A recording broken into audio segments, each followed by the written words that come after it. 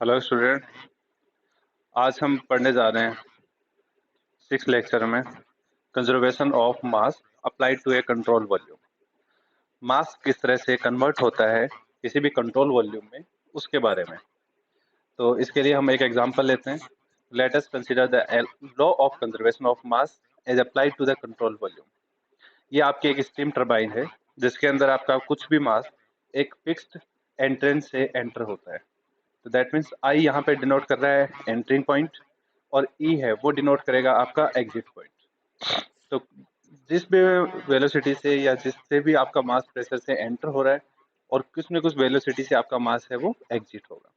यहाँ पे इसके प्रेशर है वो हाई रहेगा, जो आपकी स्टीम इसके अंदर एंटर होगी स्टीम में। अब हाई प्रेशर स्टीम है वो टरबाइन को रोटेट कराने में अपना वर्क डन है उसको कैलकुलेट करने में उसकी हीट है वो रिजेक्ट होगी यहाँ पे। और वो हीट जो रिजेक्ट हो रही है उसकी वजह से जो अपना प्रेशर है उसका वो रिड्यूस हो जाएगा और स्टीम जो निकलेगी वो लो प्रेशर स्टीम है वो बाहर निकल के आएगी। अब यहाँ पे अपना जो सिस्टम है वो एक कंट्रोल वॉल्यूम सिस्टम है। दैट मीन्स जितना मास एंटर कर रहा है उतना ही मास इससे एग्जिट भी हो रहा है। तो ओवरऑल जो सिस्टम का वॉल्यूम है वो फिक्स्ड रहेगा, वो हमेशा कांस्टेंट रहेगा। तो हीट जो है इसको अपन सिस्टम को इसमें दे रहे हैं, तो वो हीट किसके थ्रू दे रहे हैं? स्टीम के फॉर्म में। स्टीम के फॉर्म में जो हीट इसको दी है वो हीट अपने को मिल रही है वर्क डन की फॉर्म में। जो टरबाइन है उस टरबाइन की वजह से इसके ऊपर जो वर्क डन हो रहा है, टरबाइन के ऊपर अपने को वर्क डन मिल रहा है। तो वो वर्क डन अपने को किससे मिल रहा है? जो हीट एंटर हुई थी। तो अकॉर्डिंग टू फर्स्ट लॉ ये अपना जो रूल है वो क्लियर है कि हीट अगर अपन इसको दे रहे हैं तो उसकी वजह से हमें इसके ऊपर वर्क डन मिल रहा है।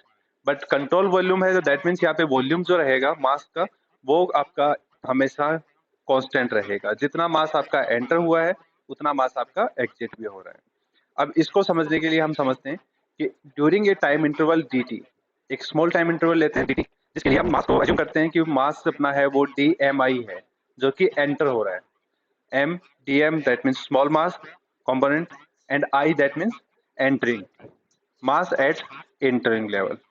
So let the mass dmi enter the control volume and the mass dme that means mass at exit point leave the control volume.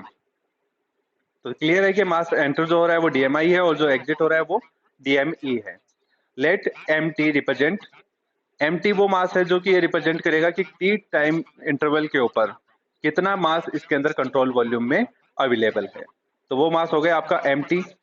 अगर हम उसको चेंज करते हैं कि M T plus D T, किसी भी एक T plus D T time interval के लिए जो कि अंदर इसके अंदर टाइम इंटरवल अगर चेंज हो रहा है हल्का सा भी तो उसके अंदर मास जो चेंज होगा तो उसको हम डिनोट करेंगे M into T plus D T से। तो according to conservation of mass that means जितना मास एंटर हो रहा है उतना मास एग्जिट भी होना चाहिए।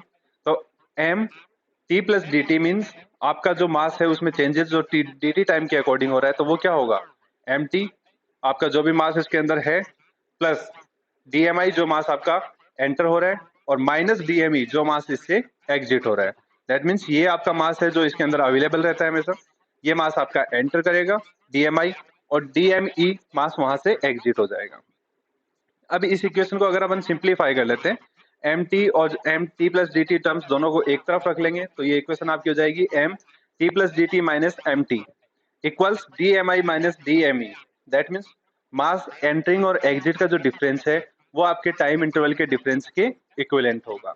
तो इस तरह से जो मास होगा आपका वो आपके दोनों मास इक्वल होंगे कि आपके फिक्स टाइम इंटरवल में जितना मास आपका एंटर कर रहा है उतना मास आपका वहां से एग्जिट कर रहा है और दोनों का जो डिफरेंस है वो आपका टोटल मास है वो हमेशा उसके अंदर कांस्टेंट वॉल्यूम में फिक्स रहता है। Here the LHS gives the change in mass with the control volume. Left hand side है आपकी, तो ये आपकी दिखाई दे रही है यहाँ पे कि मास में जो चेंज है कंट्रोल वॉल्यूम है ड्यूरिंग टाइम इंटरवल dt, कि जो dt टाइम इंटरवल के ड्यूरिंग में आपका जो मास इंक्रीज हुआ है वो यहाँ पे ये डिनोट कर रहा है। while RHS gives the net mass flow into the CV during the time dt, तो उसके अंदर जो आपका मास फ्लो हो रहा है जितना आ रहा है उतना मास आपका वहां से एग्जिट हो रहा है तो वो आपका मास है वहां पे शो कर रहा है D M I minus D M E. Dividing both side by the equation D T we get, अगर इन दोनों को हम डी टी से अगर मल्टी डिवाइड कर देते हैं तो हमें इक्वेशन मिलेगी। दोनों की तरफ हमने डी टी से डिवाइड किया तो सारी इक्वेशन है वो डी टी से डिवाइड हो जाएगी। अब हम इमेजिन करते हैं limiting case that dt tends to zero, जो आपका टाइम है वो बहुत कम हो जाता है और बिल्कुल जीरो के अगर बराबर हो जाता है, तो हम उस इक्वेशन को लिख सकते हैं कि dm upon dt equals mi dot minus me dot, that means differentiation of mi with respect to time minus differentiation of m at exit level with respect to time। तो ये आपकी इक्वेशन है वो आपकी बनेगी कंट्रोल वॉल्यूम के लिए। तो कंट्रोल वॉल्यूम के लिए जो आपकी इक्वेशन बनी है तो उसको अपन डिनोट करते हैं dm upon dt equals dm I minus dme at the differentiation with respect to time. तो इस तरह से हम इस इक्वेशन को डिफाइन कर सकते हैं कंट्रोल वॉल्यूम के लिए कि किस तरह से उसका जो मास हो रहा है उसमें जो चेंजेस हो रहे हैं टाइम के अकॉर्डिंग, वो मास के चेंजेस हैं वो इन एंटरिंग लेवल के ऊपर जो मास है उसके और एग्जिट लेवल का जो मास है उन दोनों के डिफरेंस के, उन दोनों के डिफरेंशिएशन के डिफरेंस के इक्विवेलेंट होता है। तो ये सिंपल सा है conservation of mass at control volume. यहीं अगर हम ये कंसीडर करते हैं कि इस स्टीम टरबाइन के अंदर बहुत सारे इनलेट हैं और बहुत सारे एग्जिट पोर्ट्स हैं, so the control volume has many inlet and many exit ports, then the equation becomes, equation में सिर्फ चेंजेस ये होगा कि जितने भी इनलेट हैं वो सब एक दूसरे में ऐड हो जाएंगे और जितने भी आउटलेट हैं वो एक दूसरे के साथ ऐड हो जाएंगे। उनका सबका सम अपन एंटरिंग का सम ऐड कर देंगे और एग्जिट का सम है वो ऐड होगा और दोनों का डिफरेंस होगा वो आपके डीएम अपॉन dt के इक्विवेलेंट हो जाएगा। तो ये आपका कंप्लीटली कंट्रोल वॉल्यूम में conservation of mass. Next topic हम पढ़ते हैं conservation of energy applied to a control volume. जैसे हमने मास के लिए पढ़ा वैसे ही हमें एनर्जी के लिए पढ़ना है कि आपकी कंप्लीटली एनर्जी है वो कितनी कंज्यूम हो रही है, वो कितना एनर्जी के अंदर चेंजेस आ रहे हैं। तो वो अपने कुछ चेंजेस हैं वो इसके अंदर स्टडी करने हैं कंजर्वेशन ऑफ एनर्जी में apply to a control volume उसी सिस्टम के लिए। तो इसके लिए हम एक सिस्टम है वो इमेजिन करते हैं कि एक आपका कंट्रोल वॉल्यूम सिस्टम है जिसके अंदर आपका एंट्रेंस जो है वो आई, यहाँ पे एंट्रिंग एरिया है जहाँ से आपका मास है वो एंटर कर रहा है M I D T dot, और आपका एग्जिट जो है वो आपका ये वाला एरिया है जहाँ से आपका मास है वो एग्जिट करेगा। तो उसकी वैल्यू रहेगी आपकी M E D T dot. तो यहाँ पे इसमें एंट्रेंस है वो कंसिडर किया गया है, इसमें आपका एग्जिट है वो कंसिडर किया है। ए पॉइंट आपका एंट्रिंग पॉइंट है, बी पॉइंट आपका एग्जिट पॉइंट है। हीट जो यहाँ पे आपको गिवन है इसके अंदर आप सिस्टम में जो हीट दे रहे हो वो है आपकी क्यू डॉट, और जो आपको सॉफ्ट वर्क मिल रहा है वो आपका है W S S dot. S S means soft work. और जो सिस्टम आपका वो कम्प्लीटली कंट्रोल वॉल्यूम सिस्टम है। तो सिस्टम अगर अलग अलग टाइम के ऊपर देखते हैं तो एक आपका टाइम ड्यूरेशन टी है जिसके ऊपर आपका ये सिस्टम दिखाई दे रहा है, एक आपका टाइम ड्यूरेशन है टी इक्वल्स डी टी। तो जिसके आपने चेंजेस में जो आ रहे हैं सिस्टम में वो आपका सिस्टम यहाँ पे दिखाई दे रहा है। तो जहाँ पे आपका एम डी टी है वो आपका सिस्टम का टाइम टी पे है एम एम ऑफ टी के लिए, और जो एम डी टी हो जाएगा वो आपका सिस्टम का time changes D T time change के लिए है। तो अपन इमेजिन करते हैं इसके अंदर कि क्या क्या चीजें अपन अज्यूम कर रहे हैं और किस तरह से ये अपने को कैलकुलेशन कंप्लीट करनी है। तो लेट एम टी क्या होगा आपका total mass inside the control volume at time T. T time के लिए आपका जो टोटल मास है वो आपका हो गया M T as it is M T plus D T, that means total time duration T plus D T time duration के लिए टोटल मास कितना होगा M T plus D T. अब अगर हम स्पेसिफिक एनर्जी की बात करें, specific energy of matter inside the control volume at time T, T time के लिए आपकी स्पेसिफिक एनर्जी होगी स्मॉल ई टी। और वहीं आपकी अगर स्पेसिफिक हीट की अगर हम बात करते हैं स्पेसिफिक एनर्जी की T plus D T time duration के लिए, तो वो आपकी हो जाएगी टी प्लस ई स्मॉल ई ब्रैकेट में T plus D T. Pressure अगर लेते हैं तो प्रेशर आपका क्या हो जाएगा पी आई एंट्रेंस के ऊपर, पी एग्जिट पीई जो कि आपका एग्जिट का है। तो इनलेट और एग्जिट के ऊपर आपका जो पोर्ट्स हैं उनके ऊपर प्रेशर है आपका P I and P E. Volume जो है आपका जो वेलोसिटी है इसकी यहाँ पे वो हम ले रहे हैं कैपिटल वी आई और capital VE eight inlet and exit ports respectively. Specific volume अगर अपन लेते हैं तो वो स्मॉल वी से डिनोट किया जाता है। स्पेसिफिक वॉल्यूम है इसका वी आई और वीई, तो वो यहाँ पे हम डिनोट करेंगे स्मॉल वी आई और स्मॉल वीई से, जो कि आपके इनलेट और एग्जिट पोर्ट्स हैं उनके लिए स्पेसिफिक वॉल्यूम है। जहाँ पे भी आपका स्मॉल आई होता है वो इनलेट पोर्ट्स के ऊपर है और जहाँ पे भी आपका ई है वो आपका एग्जिट पोर्ट पे है। एज इट इज अगर आप स्पेसिफिक एनर्जी लेते हैं तो आपकी ई आई हो जाएगी और ई हो जाएगी। अब हम rate of energy flow, that means energy कितने चेंजेस हो रहे हैं उसमें, तो उसकी अगर हम बात करते हैं पर मास पर केजी ऑफ मास के लिए तो वो होगा आपका क्यू डॉट। तो वो हो गया rate of energy flow as heat into the control volume. तो जो आपकी एनर्जी फ्लो हो रही है हीट की फॉर्म में वो आपकी क्यू डॉट है। WSH rate of shaft work done by the control volume, जो कि आपका डॉट से डिनोट कर रहे हैं, तो वो भी आपका पर केजी ऑफ मास के लिए हो गया। As it is the mass content in the region A which enters the control volume during the time interval, तो वो आपका क्या होगा, जो मास है वो टाइम इंटरवल के लिए dt के लिए जो होगा वो क्या हो जाएगा m डॉट dt। तो dt टाइम के लिए जो आपका मास एंटर हो रहा है वो आपका हो गया m डॉट dt।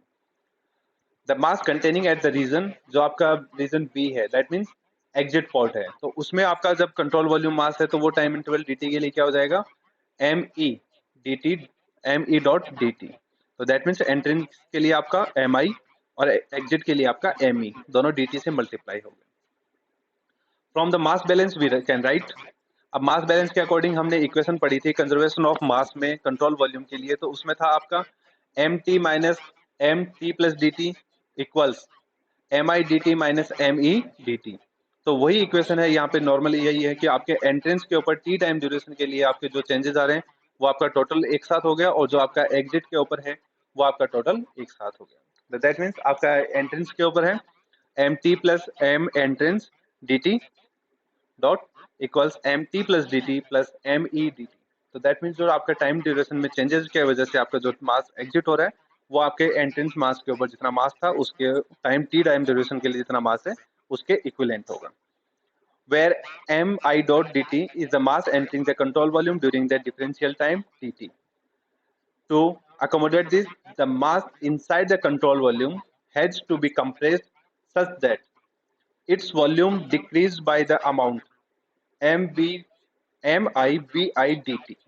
तो दैट मीन्स जो आपका मास कंप्रेस हो रहा है वहां पे, तो उसके बाद उसका जो अमाउंट होगा वो क्या होगा M I V I D T. तो उसको अपन वॉल्यूम जो है उसका एंट्रेंस का उससे उसको मल्टीप्लाई कर देंगे। This is accomplished by the pressure P1, जो कि उसके ऊपर एक्टिंग प्रेशर है एंट्रेंस के ऊपर। देयरफॉर द वर्क डन, तो उसके अंदर जो आपका मास हो गया, टोटल अमाउंट हो गया मास का, वो आपका M I V I D T है, और आपका टोटल प्रेशर आपका जो है वो आपका पी आई है। तो अगर अपन वर्क डन कैलकुलेट करना चाहेंगे तो इसको पी आई को इससे मल्टीप्लाई कर देंगे, तो आपका टोटल वर्क डन आ जाएगा minus P I V I M I D T. अब यहाँ पे अपने को ये वर्क डन जो है वो करना पड़ रहा है, दैट मीन्स जो एनर्जी है ये अपनी वो वर्क डन की फॉर्म में है, तो यहाँ पे ये साइन जो आएगा वो यहाँ पे नेगेटिव का आएगा, तो इसीलिए यहाँ पे ये नेगेटिव साइन किया गया। अब जब मास एग्जिट हो रहा है तो दैट मीन्स एग्जिट हो रहा है तो उस टाइम वहां से उसको अपने को वर्क डन मिल रहा है, तो सेम वही इक्वेशन आपकी पॉजिटिव फॉर्म में, बट आई की जगह यहाँ पे क्या आ जाएगा E, that means exit port. तो ये आपका वर्क डन हो जाएगा P E V E M E dot D T. तो ये आपकी इक्वेशन हो गई अलग अलग वर्क डन के लिए, आपके एंट्रेंस के ऊपर भी और आपके एग्जिट के ऊपर भी। अब यही अगर अपन एनर्जी की बात करते हैं, energy of the system eight the time T, तो एनर्जी ऑफ सिस्टम क्या हो जाएगी आपकी, जो आपका मास था एंट्रेंस के ऊपर उसको ईटी से मल्टीप्लाई कर देंगे, तो M T E T plus M dot D T into E I, जो कि आपका एंट्रेंस के ऊपर है एनर्जी, एज इट इज आपकी ईटी जो टोटल एनर्जी है वो आपकी M two M I E I D T के इक्वल। तो ये आपकी टोटल एनर्जी आ जाएगी। इसी के लिए ये जो इक्वेशन है आपकी एम टी ई टी, इसको हमने कैपिटल ई और पी में लिखा है। जैसा कि आपको पहले बताया था मैंने कि आपकी टोटल एनर्जी है उसको हम लिख सकते हैं M T E T at the time for time duration T के लिए। एज इट इज ये टाइम ड्यूरेशन टी के लिए था, अब हम एनर्जी ऑफ द सिस्टम लिख सकते हैं टी प्लस डी टी के लिए, तो वहां पे जहाँ टी था वहां पे टी प्लस डी टी आ जाएगा। एज इट इज आपका मास टी प्लस डी टी के लिए, एनर्जी आपकी टी प्लस डी टी के लिए, और ये आपका एग्जिट जो है उसके लिए। तो एज इट इज आपकी एनर्जी तो टोटल एनर्जी है वो हो जाएगी E T plus D T plus M E dot D T. तो इस तरह से हम इसको कंप्लीट इक्वेशन को लिख सकते हैं एनर्जी के लिए। During the time interval D T we में अकाउंट फॉर द फॉलोइंग्स, जो अपने को कैलकुलेट करनी है चीजें। Energy transferred as heat to the system, वो क्या होगी आपकी Q dot D T, that means D T time duration के लिए आपकी कितनी हीट है वो यहाँ से ट्रांसफर हो रही है। एज इट इज आपका वर्क डन जो है सॉफ्ट वर्क कितना हमें मिल रहा है, कितनी हमें हीट देनी पड़ रही है, कितना हमें वर्क डन मिल रहा है, तो वर्क डन जो मिलेगा वो हो जाएगा W S S D T.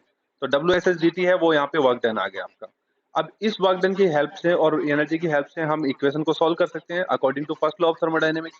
तो फर्स्ट लॉ ऑफ थर्मोडायनेमिक्स में क्या हो जाएगा E two minus E one, that means exit के ऊपर आपकी जितनी हीट हो रही है और आपके एंट्रेंस के ऊपर जो टोटल हीट है वो किसके इक्विवेलेंट होनी चाहिए, आपके Q माइनस W के। दैट मीन्स आपने कितनी हीट दी है और कितना आपको वर्क डन वहां पे मिला है। तो इस इक्वेशन से हम इसको अप्लाई करके सॉल्व कर सकते हैं। यहाँ पे E2, E1, Q और W की वैल्यू अपने पास है, वो वैल्यूज यहाँ पे पुट करेंगे। तो वो वैल्यू जब हम यहाँ पर पुट करते हैं तो अपने को इक्वेशन मिलती है E T plus D T plus M E D T minus capital E T plus M I D T equals Q D T minus W S S D T. D T जो duration के लिए आपकी heat और आपका work done minus आपका total work done at entrance and at exit. तो ये दोनों आपने वर्क डन है यहाँ पे ये कैलकुलेट किए, तो टोटल हीट आपकी यहाँ पे आ गई, टोटल आपका वर्क डन यहाँ पे आ गया। इन इक्वेशन से हम इस इक्वेशन को और सिंप्लीफाई कर सकते हैं। मास को यहाँ पे हम अगर कॉमन ले लेते हैं तो यहाँ पे अपने पास इक्वेशन में बचेगा, अगर एम डॉट हमने कॉमन लिया तो E A plus P E V minus M I हमने कॉमन लिया तो E I plus P I V I equals Q minus W S H. जब हमने डी टी यहाँ पे कैंसिल आउट कर दिया तो उसके बाद हमें डी टी से डिवाइड करने के बाद ये इक्वेशन यहाँ पे इस तरह से मिल जाती है। जब हम इसको लिमिटिंग केस लेते हैं कि D T tends to zero, तो D T tends to zero होगा तो ये इक्वेशन अपनी कन्वर्ट हो जाएगी। इस इक्वेशन को जो लिखेंगे हम तो वो होगी ये इक्वेशन। तो इस इक्वेशन को अगर हम सिंप्लीफाई करते हैं तो यहाँ पे हम लिख सकते हैं एम डॉट ई, और अब ये जो वैल्यू आई है वो वैल्यू आपकी आएगी क्योंकि एच जो होता है एंथैल्पी उसकी वैल्यू होती है U प्लस पी वी। तो दैट मीन्स अगर आपका एग्जिट के ऊपर आपकी एंथैल्पी है एच ई, तो आपकी एग्जिट के ऊपर आपकी जो इंटरनल एनर्जी है वो UE है प्लस आपकी PV जो है प्रेशर एंड वॉल्यूम है आपके, उन दोनों का मल्टीप्लीकेशन। तो वो दोनों अगर हम यहाँ पे कैलकुलेट करते हैं तो दैट मीन्स यहाँ पे अपने इक्वेशन में क्या था EE प्लस PEV। तो PEV की जगह अपन क्या लिख सकते हैं HE माइनस UE। अब HE माइनस UE अगर अपन यहाँ पे यूज करते हैं तो HE माइनस UE को अगर अपन यूज करेंगे तो EE प्लस UE की जो वैल्यू है वो हम यहाँ पे लिख सकते हैं VE square by 2 plus GZE, जो कि हमें पहले आपको समझाया था स्टार्टिंग में जब हमने एनर्जी की बात की थी। तो एनर्जी की बात की है वहाँ पे, एक सेकंड दिखाता हूँ मैं आपको, यहाँ पे वैल्यू जो है इसकी total U plus V square half plus GZ। तो that means E minus U की वैल्यू क्या हो जाएगी V square by 2 plus GZ। तो ये वैल्यू हम यहाँ पे पुट कर देंगे इक्वेशन के अंदर कि जिससे हमें ये समझ में आता है कि ये वैल्यू किस तरह से आपकी एक्सप्लेन की गई। तो वही आपको बताया कि इसकी वैल्यू आपकी E माइनस यू की वैल्यू आ गई V square by 2 plus GZ। Exit के ऊपर है तो यहाँ पे VE हो गया और ZE हो गया, एग्जिट की हाइट और एग्जिट की वेलोसिटी। एज इट इज आपके एंट्रेंस के लिए रहेगा, जैसे हमने एग्जिट के लिए किया था वैसे आपने एंट्रेंस के लिए भी लिखा है। तो दोनों इक्वेशंस आपकी कन्वर्ट हो गई हैं। उसके अलावा आपके जो टोटल एनर्जी है वो आपकी DE अपॉन DT हो जाएगी, क्योंकि ये आपकी एनर्जी है वो T प्लस DT में है और DT टेंस टू जीरो में, तो टोटल एनर्जी आपकी DE अपॉन DT रहेगी। तो इस तरह से ये अपनी इक्वेशन है वो कन्वर्ट हो गई, जहाँ पे ZE और ZI elevation of the exit and inlet ports above that datum level. जो आपका बेस लेवल है वहां से आपकी जो हाइट है वो आपकी ZE एग्जिट के लिए और ZI एंट्रेंस के लिए। वो equation expression can now be rearranged. अगर हम उसको रीअरेंज करते हैं DE के लिए तो DE अपॉन DT इक्वल्स क्या हो जाएगा, ये सारी की सारी इक्वेशन है वो एक साथ रहेगी और इस तरह से हमें ये आपकी इक्वेशन है वो कम्प्लीटली एक साथ मिल जाएगी। तो rate of energy accumulation equals rate of energy inflow and rate of energy outflow. जितनी एनर्जी अंदर आ रही है उतनी एनर्जी इससे बाहर जा रही है।